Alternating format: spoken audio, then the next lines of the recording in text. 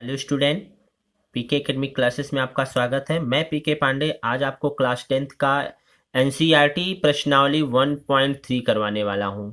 इसके पहले आपने देखिए क्या क्या पढ़ा था।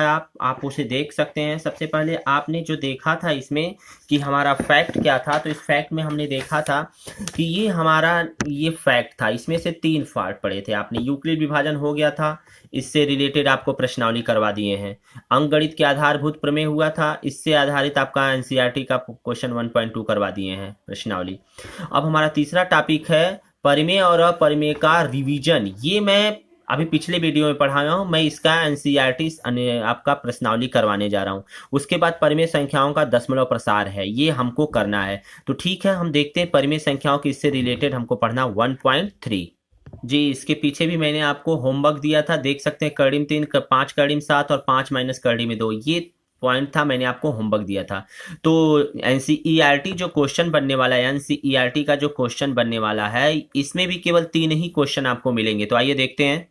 जी हाँ, देख सकते हैं प्रश्नावली 1.3 का पहला क्वेश्चन है, सिद्ध कीजिए कि कड़ी में 5 एक अपरिमेय संख्या है। तो सिंपल तरीके से जैसे मैंने बताया था वैसे इसको भी करना। माना कड़ी में 5 एक अपरिमेय संख्या है, कड़ी में 5 को पी बटे क्यू के रूप में लिखा ही जा सकता है। तो सिंपल तरीके से इसको लिखने की जरूरत नहीं है, लिखा जा सकता है। तो कड़ी में 5 बराबर पी बटे क्यू, ठीक है।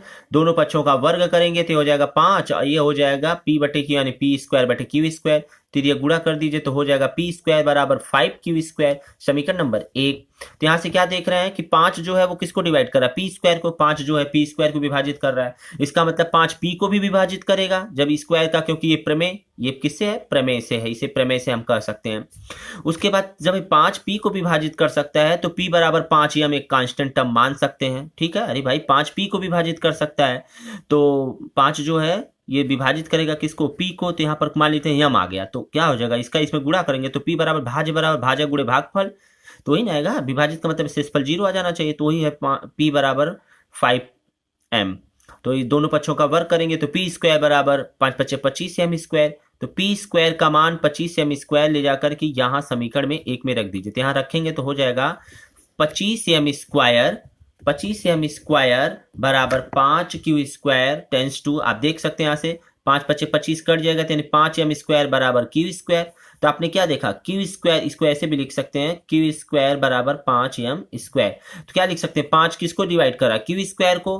तो इसका मतलब 5 क्यू को डिवाइड करा, इसका मतलब 5 क्यू को भी डिवाइड करेगा। और जब 5 क्यू को डिवाइड करा तो आपने देखा क्या कि समीकरण 2 से और इसमें कि पी जो है वो 5 से विभाज्य है, और इसके पहले क्यू भी किससे विभाज्य था, 5 से विभाज्य था। अतः यह कंट्राडिक्शन मिल गया। क्या मिल गया, कंट्राडिक्शन मिल गया, मान्यता का विरोध करता है ये उभयनिष्ठ में, क्योंकि हमको परिमेय के लिए केवल एक ही होना चाहिए उभयनिष्ठ, और यहाँ पर क्या मिल रहा है, 5 उभयनिष्ठ मिल रहा है। इसका मतलब पी और क्यू उभयनिष्ठ गुणनखंड नहीं आता। कड़ी में 5 क्या है, एक अपरिमेय संख्या, क्योंकि ये विरोधाभास कर रहा है, मान्यता का विरोध कर रहा है।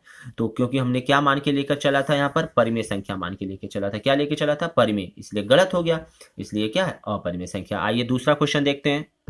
जी हाँ, ये है आपका दूसरा क्वेश्चन एनसीईआरटी का 1.3 का। तो आपने क्या देखा इसमें कि सिद्ध करिए 3 + 2 करड़ी में 5 क्या है, अपरिमेय संख्या है। अभी आपने सिद्ध किया कि करड़ी में 5 अपरिमेय संख्या है। तो सिंपल तरीके से, क्योंकि आपने करड़ी में 2 भी सिद्ध करवाया है, मैंने करड़ी में 3 ये आपको होमवर्क दिया था, और करड़ी में 5, ये तीनों अपरिमेय संख्या है। ये जहां भी दिखेंगे आपको पूरा हल करने की जरूरत नहीं, बस इन्हीं को अलग कर लेना है। तो आइए देखते हैं। माना 3 + 2 करड़ी में 5 एक परिमेय संख्या है, तो इसका मतलब इसे हम p बटे क्यू के रूप में लिख सकते हैं या b बटे a के रूप में लिख सकते हैं। तो यहाँ देखिए a बटे b के रूप में लिख दिया है, तो ये लिखने की जरूरत नहीं है। इसका मतलब इसको हम क्या करेंगे, इसके बराबर करेंगे। तो यहाँ से देखिए 2 करड़ी में 5 यही रहने दीजिए और 3 को इधर भेज दीजिए, तो हो जाएगा a बटे b माइनस 3। अब हमको करड़ी में 5 केवल छोड़ना है, तो करड़ी में 5 यहीं छोड़िए, 3 को नीचे भेज दीजिए, तो हो जाएगा यहाँ जब 5 2 नीचे भेजेंगे तो ऐसे हो जाएगा ना, इस टोटल के बटे 2 हो जाएगा, तो 2 यहाँ भी होगा, 2 यहाँ भी होगा, तो a बटे 2b माइनस 3/2, ये देख सकते हैं ऐसे। अरे भाई इसको ऐसे भी तो लिख सकते हैं, a बटे b माइनस 3 के बटे क्या हो जाएगा, 2। तो जब सबके बटे 2 है तो इसके भी बटे 2 होगा, तो यानी कि a बटे 2b हो जाएगा, इसके भी बटे 2 होगा तो यानी कि 3/2 हो जाएगा। तो ये देख सकते हैं कि a b पूर्णांक है, और a/2b भी क्या है, एक परिमेय संख्या, एक पूर्णांक है, b भी पूर्णांक है, तो पूर्णांकों को अनुपात के रूप में लिखते हैं तो ये परिमेय संख्या होता है। और ये भी क्या है, एक परिमेय संख्या है, क्योंकि p/q के रूप में लिखा गया है। तो दो परिमेय संख्याओं का अंतर भी क्या हो जाएगा, परिमेय संख्याओं का अंतर भी क्या हो जाएगा, परिमेय संख्या होगा। अतः कह सकते हैं कि करड़ी में 5 भी, क्योंकि इसके बराबर है तो करड़ी में 5 भी क्या हो जाएगा, परिमेय संख्या होगा।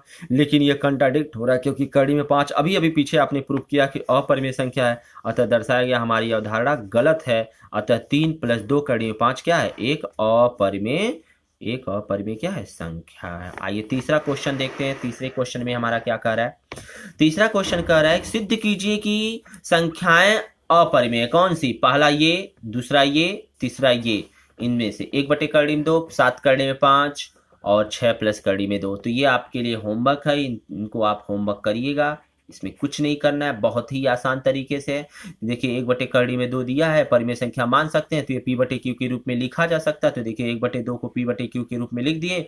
उसके बाद क्या करना है हमको, इस 2 को बराबर करने के लिए ऊपर नीचे करड़ी में 2 से गुणा कर दिया गया है। तो ये देखिए ऊपर करड़ी में 2 हो जाएगा, नीचे करड़ी का, जब याद रखिएगा करड़ी का हमेशा करड़ी में a गुणे करड़ी में a, गुणा होता है तो हमेशा a होता है। तो करड़ी में 2 का गुणा करेंगे तो 2 बच जाएगा, ऊपर ये हो जाएगा। तो आप इसका तिर्यक गुणा कर देंगे तो यहाँ हो जाएगा 2p/q, और करड़ी में 2, तो आप देख सकते हैं करड़ी में 2 अपरिमेय है और ये क्या है, परिमेय है।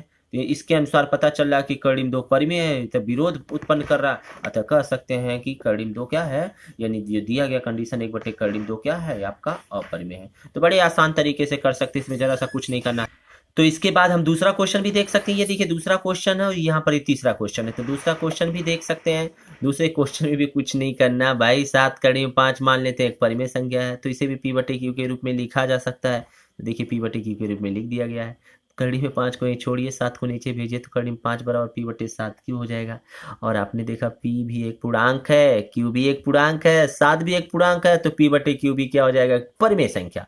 और परिमेय संख्या करड़ी में 5 के बराबर है, इसका मतलब करड़ी में 5 भी एक परिमेय है। विरोध हो गया भाई, विरोधाभास, विरोध से उत्पन्न हो गया कि करड़ी में 5 एक अपरिमेय है, इसका विरोध हो रहा है। अतः कह सकते हैं कि इसका मतलब हमारा जो माने थे हम, क्या है, this is equal to p/q, गलत है, यानी 7 करड़ी में 5 क्या है, अपरिमेय संख्या। इसी प्रकार से तीसरा क्वेश्चन भी आप आराम से कर सकते हैं। 6 + करड़ी में 2 एक पॉपर, तो मैंने बोला ना जिसमें करड़ी में 5, करड़ी में 2, करड़ी में 3 है उसको अकेला कर लीजिए। तो ये भी देखिए बहुत आसान तरीके से है ना, कुछ करने की जरूरत नहीं, 6 को इधर भेज दीजिए तो करड़ी में 2 बच जाएगा। तो ये देखिए ये एक परिमेय संख्या है, ये इसके बराबर है, और ये क्या है, अपरिमेय, इसका मतलब कंट्राडिक्ट कर रहा है, तुरंत ही गलत, इसका मतलब दिया गया कंडीशन अपरिमेय संख्या है।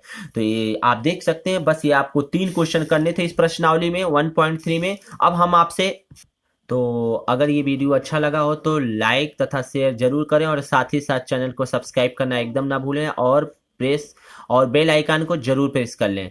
इस प्रकार से ये आपका प्रश्नावली कंप्लीट होता है। अब मैं आपको अगले टॉपिक की तरफ पढ़ाऊंगा। ये हमारा अगला प्रश्नावली 1.4 होगा, जो कि हमारा फैक्ट होगा। तीसरा कंडीशन होगा, ये देख सकते हैं परिमेय संख्याओं का दशमलव प्रसार, ये मेरा फैक्ट होगा अगले वीडियो में, और यही लास्ट रहेगा। इसके बाद इसका एनसीईआरटी क्वेश्चन, उसके बाद आपका चैप्टर फर्स्ट कंप्लीट हो जाएगा। ठीक है, तो चैप्टर फर्स्ट कंप्लीट होने के बाद मैं आपको एक टेस्ट पेपर जरूर करवाऊंगा। तो आज के लिए बस इतना ही, धन्यवाद।